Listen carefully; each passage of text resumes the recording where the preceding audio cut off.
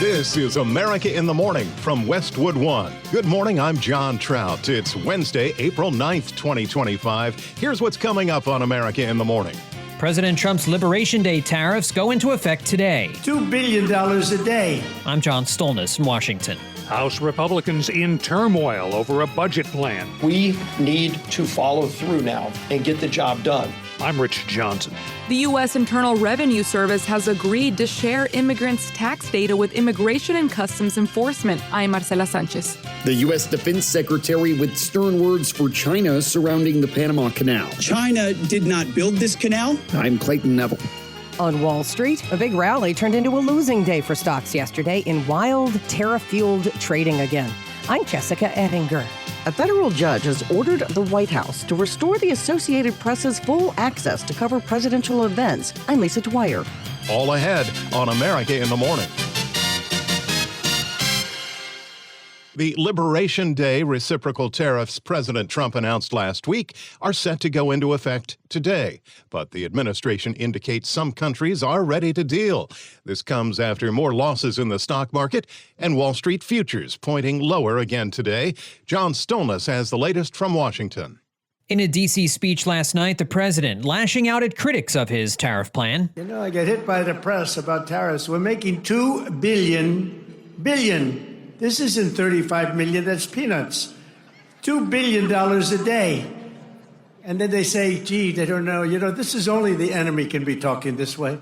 In addition, we have a lot of countries coming to see us that want to make a deal. Trump says a number of nations are begging the U.S. to negotiate a new trade deal in order to shed these tariffs. And I do think that the war with the world, which is not a war at all, because they're all coming here. Japan is coming here as we speak. They're in a plane flying, lots of them, all tough negotiators. But things that people wouldn't have given us 2 years ago, wouldn't have even thought of it 2 years ago, 3 years ago, 5 years ago, 7, they're giving us everything. White House Press Secretary Carolyn Leavitt. Nearly 70 countries have already reached out to the president to begin a negotiation.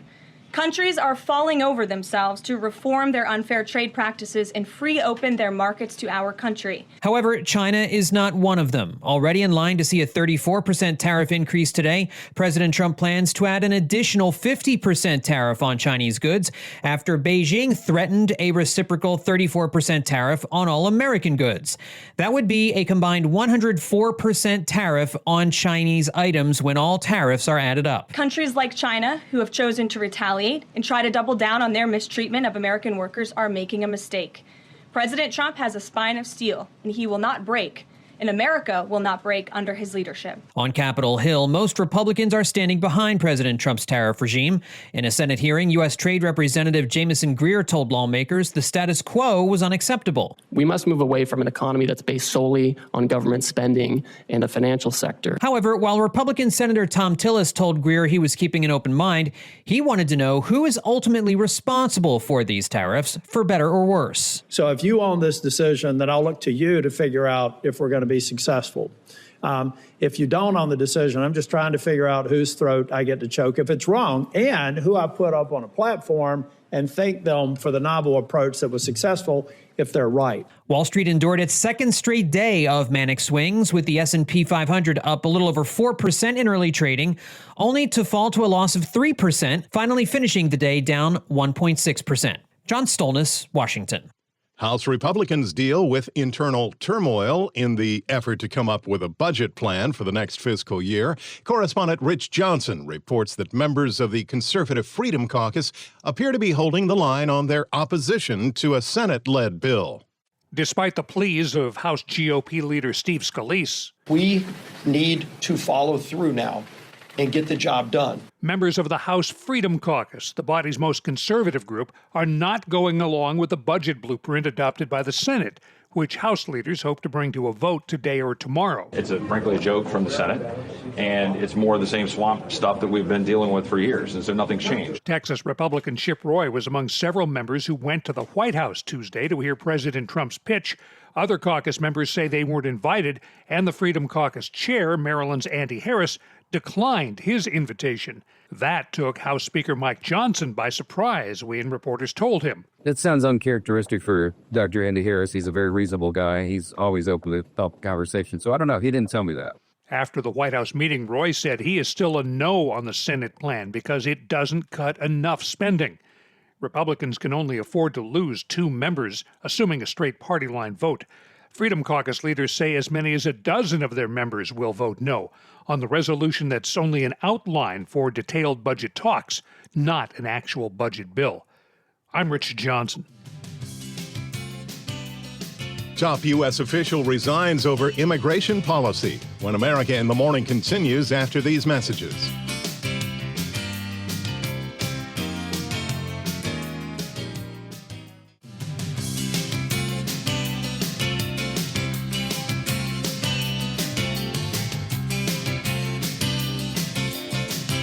This is America in the Morning. Rain-soaked part of the countries will continue to see more rain today.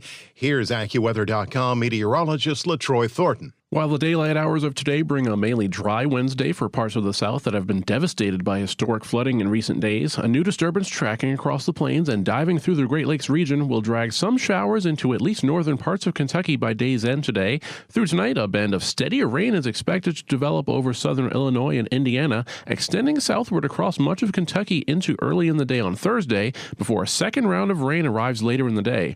Of course, this is all in an area that simply does not need any precipitation, and with some area rivers continuing to rise following days of extreme rainfall, any additional rain will only worsen flood conditions along with recovery efforts. The colder side of that same storm brings steadier precip during the day through northern Minnesota and into southern Wisconsin, both places where some snow can mix in or even become the dominant precipitation type for a time. By late in the day and especially into tonight, parts of southern lower Michigan should also have rain mixing with, then changing to, snow, and there can be some light accumulation through the night. Precipitation looks to be more showery from central and southern Minnesota to around the St. Louis area, as well as over northern parts of both Wisconsin and Michigan, with a bit of weak energy also touching off some showers of rain and snow that will dot areas from the northern Rockies to the northern High Plains. Some lingering showers toward the Pacific Northwest coast, even along the Atlantic coast of Florida, with a rather dry middle of the week in store for most other places as the Southwest continues to heat up. In El Paso, Texas, expect a warmer day today with sunshine and a high of 89, near the record of 92 from 2019. For Milwaukee, a morning shower evolves into steadier rain and some non-accumulating snow, the high just 44. I'm AccuWeather.com meteorologist LaTroy Thornton.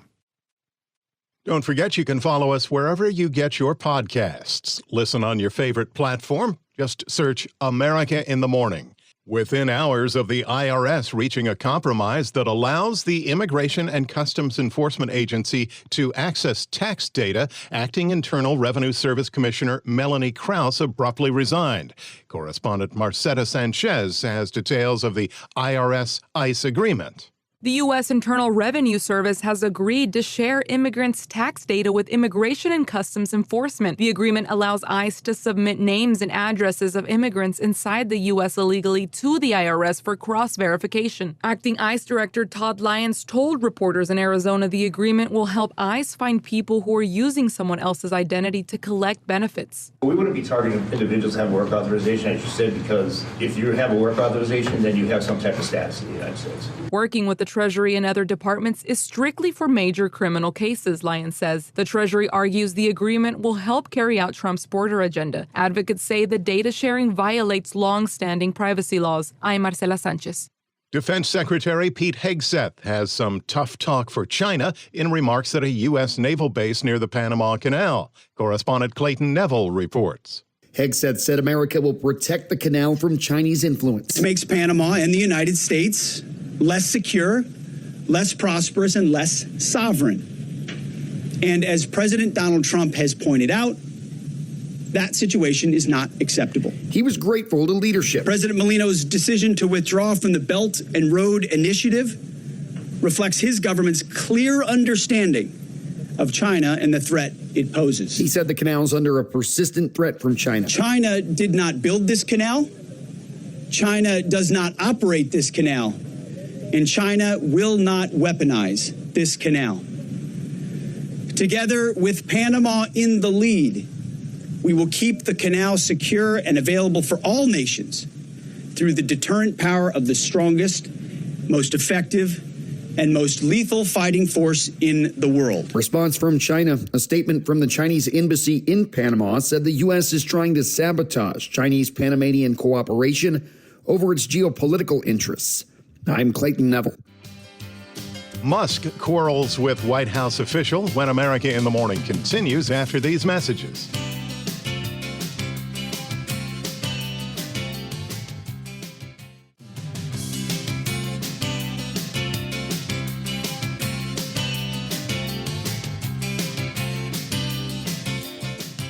The Business Report is brought to you by Fisher Investments. Fisher Investments is a fiduciary, always putting clients' interests first. Learn more at FisherInvestments.com. In with Midweek Business, here's CNBC's Jessica Ettinger. Wall Street opens this morning after another whipsaw day for stocks. A morning rally turned into a day in the red yesterday. Wild swings for stocks. The Dow in the morning was up 1,400 points. And by the close, it was down 320. Customs was supposed to start collecting new tariffs on imports from 86 countries as of 12:01 a.m. Eastern this morning. Investors are getting very frustrated with President Trump's sweeping tariffs. None of this is over. It's continuing. It's going to be every single day. I had a beautiful call with this one. This one's not helping us, and it's just going to be this constant. That's Ritholtz Wealth's Josh Brown on CNBC. The U.S. Trade Ambassador defended the sweeping Trump tariffs in a hearing Tuesday on Capitol Hill. It was really a chance for Republican senators to start to air some grievances, I would say, about this administration's trade policy. I believe that Congress delegated too much authority to the president in trade. Who pays these high tariffs? In the short, medium term, it will be the consumer. It will be the consumer. We want fair trade, but I hope you recognize, tariffs are double-edged sword. I would argue a somewhat blunt instrument. There's going to be an awful lot of collateral damage. People are already feeling that pain, so I hope you're sensitive to that. Whose throat do I get to choke if this proves to be wrong? All Republican senators, there are signs of discontent on Capitol Hill. CNBC's Megan Casella. The tariff mess now includes Tesla CEO Elon Musk feuding with Trump trade advisor Peter Navarro. It's getting spicy. Let's remind you with some actual sound. We all understand in the White House, and the American people understand, that Elon's a car manufacturer. But he's not a car manufacturer. He's a car assembler. That was on this network. And, the response by Musk, he took to his social media platform called X, and he responded, Navarro, truly a moron. What he says here is demonstrably false. He went on to say that Navarro is dumber than a sack of bricks. Just quoting from the posts from Musk about Navarro. CNBC's Scott Wapner. Apple has lost a fifth of its value over the last 4 days. Shares are down more than 20%, the worst 4-day stretch since the fall of 2008 in the Great Recession. Mortgage rates have been swinging like stocks. The average rate on a 30-year fixed home loan is back higher again after a dip last week. Mortgage rates moving to the highest level in over a month. The average rate on the 30-year fixed jumped to 6.85%, according to Mortgage News Daily. This fully erased the decline from last week. It's not just rates. Home buyers are also contending with high and still rising home prices and a growing lack of confidence in the broader economy and their own employment. CNBC's Diana Olick. On today's watch list, we get the latest on inflation with the Consumer Price Index. A big number. Thank you, CNBC's Jessica Ettinger. When we return on America in the Morning, news organization allowed back in the White House after these messages.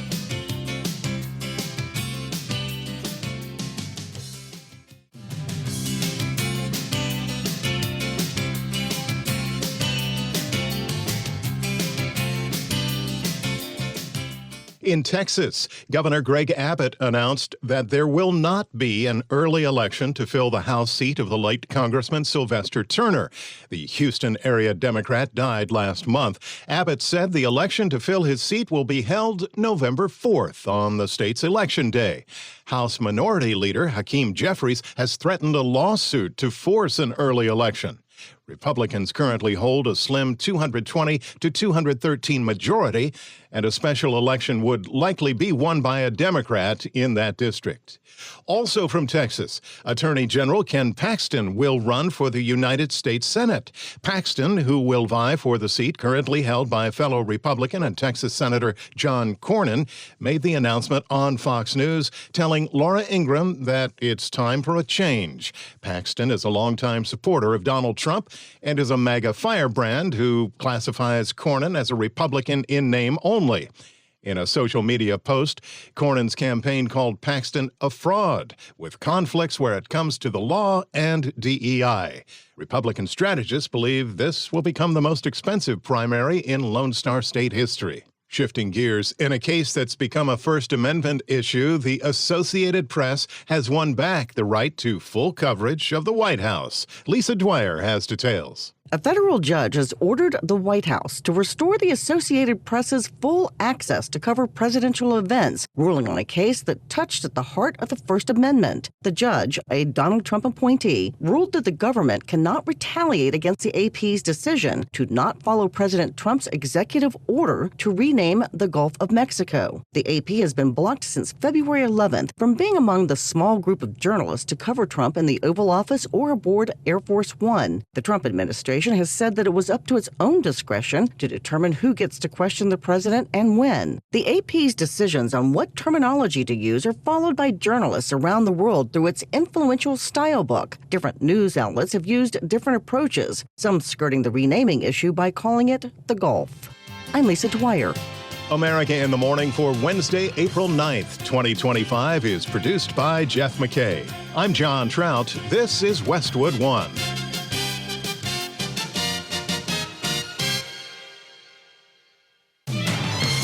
This is America in the Morning from Westwood One. I'm John Trout. Coming up this half hour. President Trump's top trade negotiator has gotten an earful during a Senate hearing, Sagar Meghani, Washington. Continued beef between two high-profile members of the Trump administration. I'm Clayton Neville. Ukraine says Chinese men are fighting alongside the Russian army in Ukraine. Ed Donahue, Washington. Questions surrounding a police-involved shooting in Idaho. Dominican Republic building collapse. Death toll rises. And we reveal which big-name schools are losing their government funding. Instagram showing some love for iPad users. I'm tech correspondent Chuck Palm. A surprise Predator film was announced this week. I'm Kevin Carr. Back after these messages.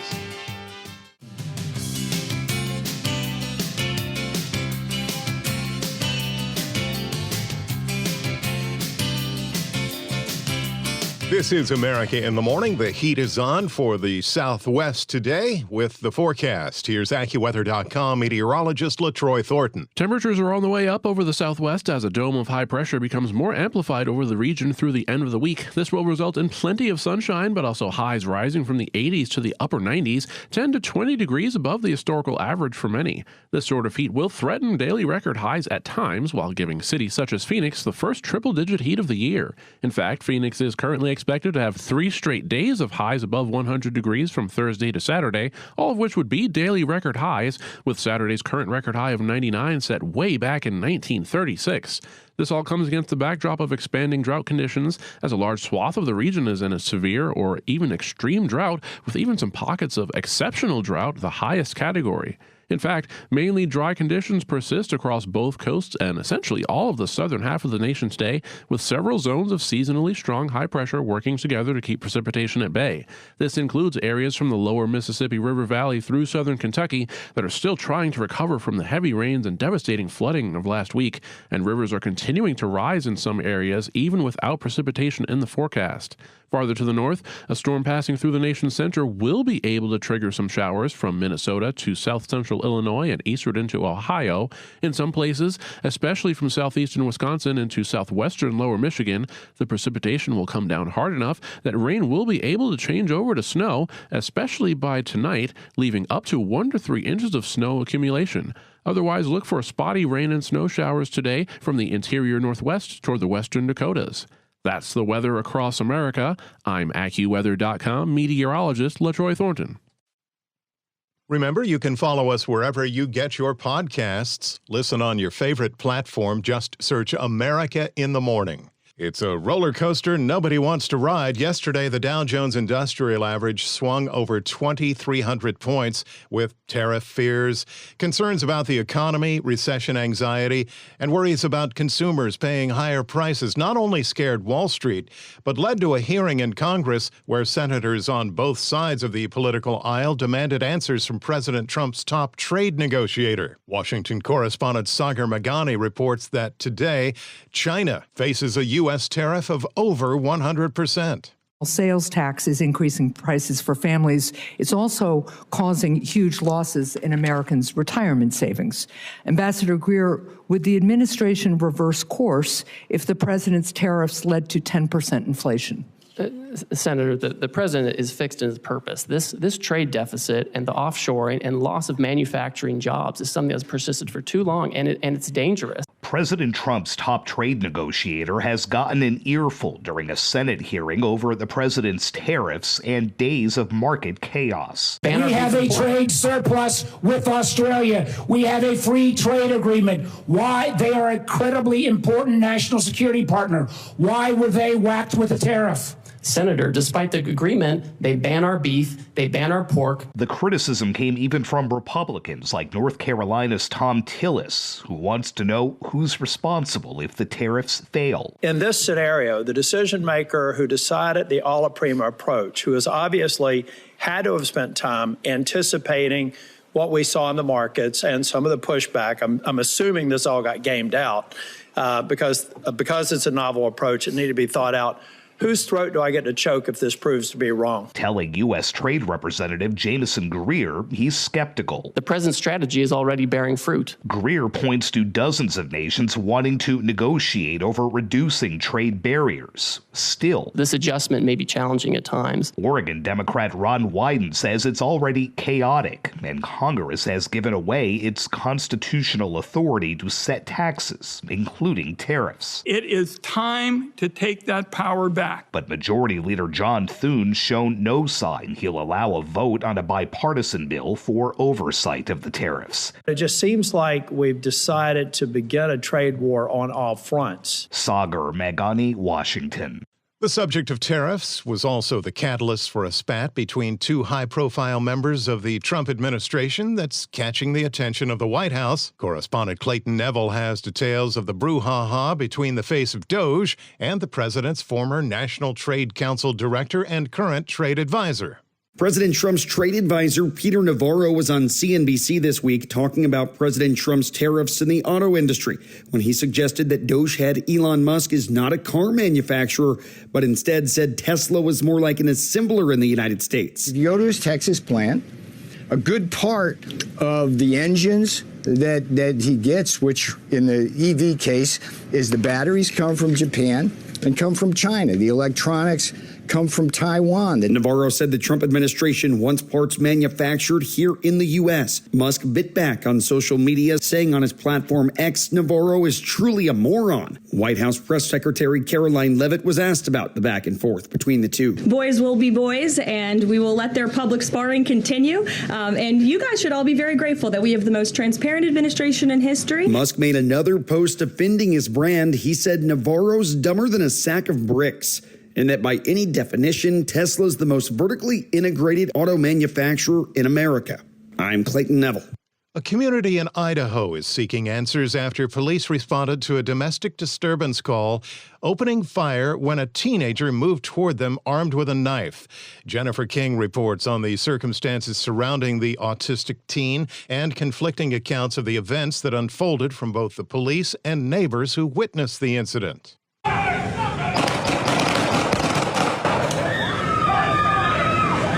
Pocatello, Idaho Police Chief Roger Schei says the April 5th shooting of a teenager is under investigation. We know this incident has deeply affected the community. The boy's family says he's nonverbal and intellectually disabled. Video taken by a witness shows Pocatello officers shooting Vincent Perez as he approached them with a knife. Officers positioned just outside the yard gave repeated commands for the male to drop the knife. He did not comply. Instead, he stood up and advanced toward the officers while still armed. At that point, officers discharged their firearms, stopping when the male fell. A 911 caller, neighbor Bridger Andres, reported that the person wielding the knife appeared to be intoxicated. This guy, he's pretty rough. There's a couple out back behind their shop brandishing a knife. Looks like they're trying to stab someone. There's a man and a woman and then another guy in the street who seems like he's antagonizing him. One guy's got a knife. It looks like he's under the influence, and they're out in the backyard chasing each other around. The 17-year-old's family and viewers online are questioning why police opened fire just seconds after getting out of their patrol cars while making no apparent effort to de-escalate the situation. In situations like this, officers must make decisions in seconds. They assess threats, not just to themselves, but to those nearby. In this case, two individuals were within a few feet of an armed, non-compliant individual. The risk was immediate and the situation rapidly evolving. Audio courtesy of the Pocatello Police Department. I'm Jennifer King. More funding cuts for Ivy League schools and iPad users to feel refreshed. Those stories and more when America in the Morning returns after these messages.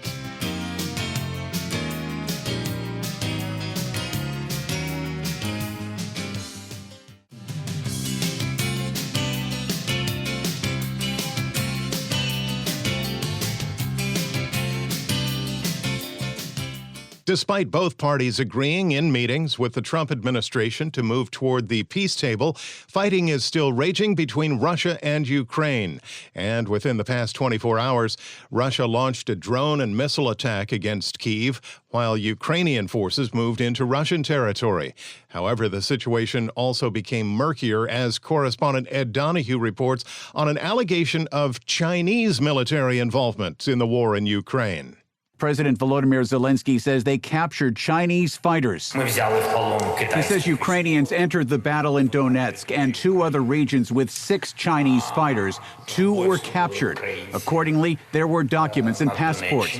These are Chinese citizens. Zelensky says the U.S. should pay attention to what's happening. At the State Department, spokeswoman Tammy Bruce says China is a major enabler of Russia in Ukraine. China provides nearly 80% of the dual-use items Russia needs to sustain the war. There was no immediate comment from China. As President Trump has said, continued cooperation between these two nuclear powers will only further contribute to global instability and make the United States and other countries less safe. Zelensky says he has information significantly more Chinese men are joining Russia in the fight. Ed Donahue, Washington. In the Dominican Republic, dozens are dead after a roof collapse at a popular nightclub during a concert in the capital city of Santo Domingo.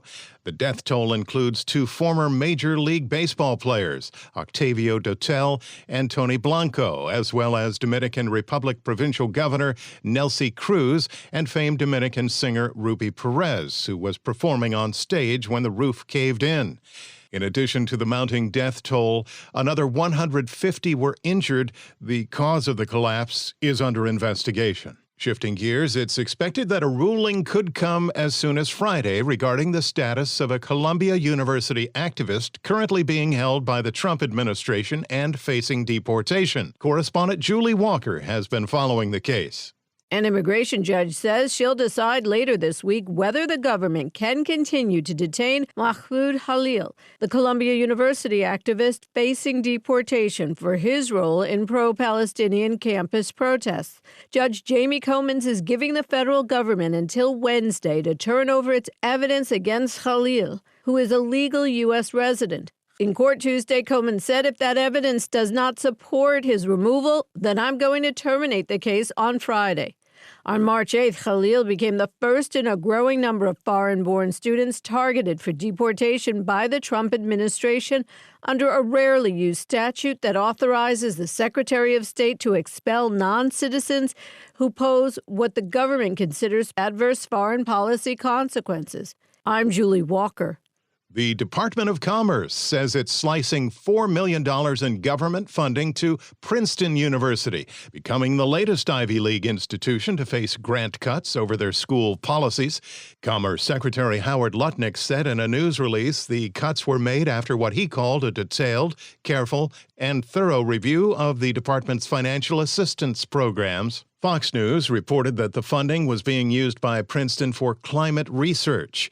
Princeton received $455 million in federal funding during fiscal year 2024.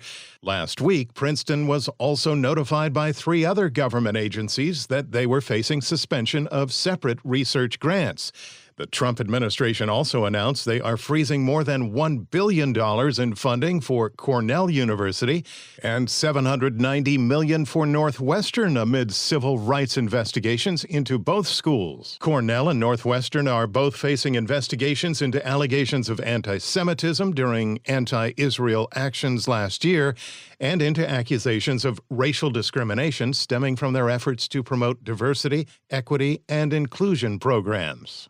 America in the Morning continues. Instagram has always ignored iPad users, but now it looks like the social media platform may be embracing the device, given the uncertainty of the future of TikTok.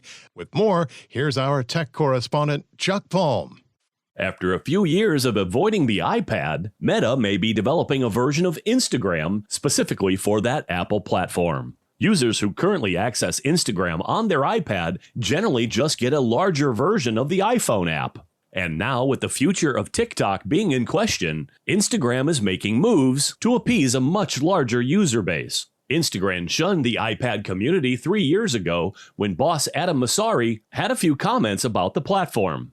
He said it's still just not a big enough group of people to be a priority, and he is hoping to get it at some point, but right now they were very heads down. Earlier this week, Instagram invited creators to New York to use a new video app called Edits, which is meant to replace the ByteDance-owned CapCut. The new program is aimed at creators and is specifically for editing short-form video. Bitcoin trading around $76,000 and Ethereum up to $14.72. For more, find me at chuckpalm.com. Here's your Wednesday sports update with our Robert Workman. NBA Tuesday, the Thunder got 42 points from Shai Gilgeous-Alexander as they routed the Lakers 136-120. Coach Mark Daigneault thought tonight our ability to stay present and just stack the next possession and problem solve was a big strength. OKC just 2 wins away from wrapping up home court throughout the NBA playoffs. Cavaliers outran the Bulls 135-113 to wrap up the top seed in the Eastern Conference. The regular season ends on Sunday. One playoff team suddenly in turmoil. The Nuggets fired head coach Michael Malone and said they will not extend GM Calvin Booth's contract. Top assistant David Adelman will take over on the bench. With Malone's ouster, 4 of the last 6 coaches to win the NBA title are no longer with the same team. Baseball, a brilliant pitcher's battle in Cleveland's home opener. The Guardians edged the White Sox 1-0 on a bases-loaded walk to Nolan Jones in the bottom of the 9th. Reds blanked the Giants 1-0. Nick Lodolo and company scattered 4 hits. Tigers shut out the Yankees 5-0. Tarek Skubal and Brant Herter combined on a 6-hitter. Detroit hit 3 dingers in the 4th inning for their 5th win in a row. Mets won their 6th straight 10-5 over the Marlins. Nationals nailed the Dodgers 8-2. James Wood homered twice and drove in 5. The A's thumped the Padres 10-4 last night for their first win in their new home in Sacramento. Hockey, the Canucks scored 5 times in the 3rd period, 3 of them after pulling their goaltender, and went on to shade the Stars 6-5 in overtime. Pius Suter had 2 of those 6-on-5 scores, the latter with 6 seconds left to force OT. Blue Jackets beat the Senators, but when the Canadiens clipped the Red Wings, Ottawa clinched a playoff berth for the first time in 8 years. That's Wednesday Sports. Thank you, Robert. When we return on America in the Morning, modern medicine meets a miracle birth. After these messages.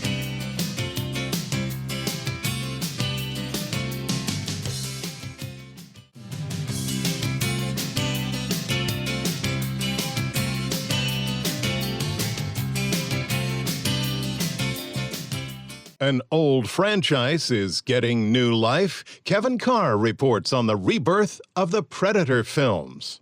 Sometimes Hollywood can keep a secret. With 20th Century Studios' revitalization of the Predator franchise, the secret is now out, and that secret film is coming to Hulu. It's time I tell you about the monster. The original Predator, starring Arnold Schwarzenegger, hit theaters in 1987. Get to the chopper! There have been multiple sequels over the years that fizzled out with The Predator in 2018.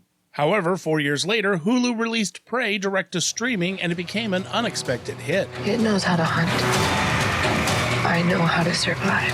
Director Dan Trachtenberg is now overseeing a new slate of films. Back in October, 20th Century Studios president Steve Asbell told The Hollywood Reporter there would be 2 new films in 2025. One would be Predator Badlands in theaters this fall. Last week at CinemaCon, star Elle Fanning talked about what to expect. My character is not the one being chased. My character actually teams up with the Predator, and you get to see him in a completely new light. However, a super secret Predator movie was announced with a trailer yesterday. We must kill it, or it will kill us all. The animated Predator Killer of Killers is an anthology featuring Vikings, feudal Japan, and World War II. Predator Killer of Killers hits Hulu on June 6th, while Predator Badlands comes to theaters on November 7th. I'm Kevin Carr. Finally, this is being called a miracle birth. For the first time ever in the UK, it's a process that took about 2 years. A woman from Scotland gave birth to a baby girl in a London hospital thanks to her sister, who started the process when she agreed to a womb transplant. Details from correspondent Lisa Dwyer. Grace and Angus Davidson are now proud parents of a baby girl. Her birth is the first in the UK following a womb transplant. We were so desperate for a family. New mom Grace Davidson. And then he said, and also womb transplants is something that's emerging, so it might be available in my lifetime. But the couple needed a donor. Grace never really asked any of us. She didn't have to. And I think she would have, that was the most difficult thing for her. Grace's sister, Amy Purdy, already a mother of 2, was that donor. We had no desire to have more than 2. We felt so grateful, and actually, Grace had always been the most maternal. The Davidsons were able to have the transplant through the support of the charity Womb Transplant UK. Globally, more than 100 womb transplants have taken place, and over 50 babies have been born. I'm Lisa Dwyer. The 4-pound, 8-ounce baby named Amy after the sister who donated her womb was born beautifully healthy. America in the Morning for Wednesday, April 9th, 2025 is produced by Jeff McKay. I'm John Trout. This is Westwood One.